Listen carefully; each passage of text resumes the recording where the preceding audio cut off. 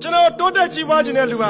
မသိဘူးလို့မလောက်ဘူးလို့မရဘူးလို့မတတ်ဘူးလို့ဆိုတဲ့စကားဘယ်တော့မှမပြောရဘူးတိုးတက်ခြင်းတဲ့လူတွေကအဲ့ဒီစကားမပြောဘူးဗျ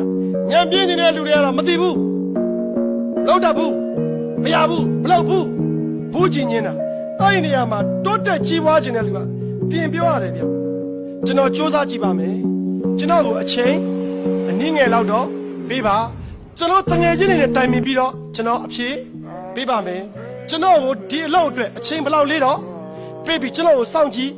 ပေးပါဗျာကျွန်တော်အစွမ်းကုန်စူးစမ်းကြည့်ပါမယ်ဆိုတဲ့စကားလုံးအစားထုတ်ပြီးလှုပ်ကြည့်ရမယ်ဒါမှတိုးတက်တဲ့လူအဖွဲ့အစည်းဖြစ်မှာကျွန်တော်တို့ကဒီကနေ့ဒီဘယ်လိုနေကြတော့မသိဘူးဟာကျွန်တော်မလုပ်ဘူးမလုပ်တတ်ပါဘူးဆိုကျွန်တော်စူးစမ်းကြည့်ပါမယ်ကျွန်တော်တကယ်ချင်းနဲ့တိုင်ပင်ပြရစီအောင်ဒီလိုဖြစ်ရမှာကျွန်တော်တို့ရဲ့ရံပိုင်ရံခံမှာလောကကြီးကိုမချစ်တတ်တဲ့စိတ်ကလေတင်းငယ်တဲ့ပြဿနာလေးကိုပုံကြီးချက်ပြီးအချစ်ဆုံးအခင်ဆုံးအရင်းနှီးဆုံးတွေကိုစွန့်ပစ်တတ်တယ်ကျွန်တော်တို့စိတ်က